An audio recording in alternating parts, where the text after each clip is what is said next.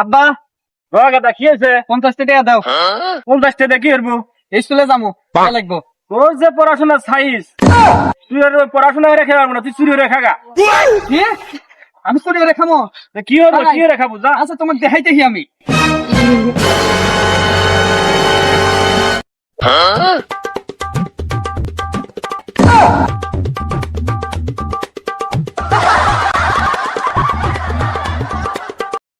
শালার আব্বা আমাক কয় চুরি রেখা গা, আচ্ছা চুরি হেরে তো দেখাও। আয় বাবা আয়। এই গাদা, বেড়া ভালো করে আর বেড়া কোন নিয়ে যাস? তুমি আমাকে কছিলা না চুরি রেখা গা, এটা আমার জীবনের প্রথম চুরি। তো হইয়া দিও, হাতে নিয়ে দিতে ভালো হলো, তুমি চুরি বের করে নিয়ে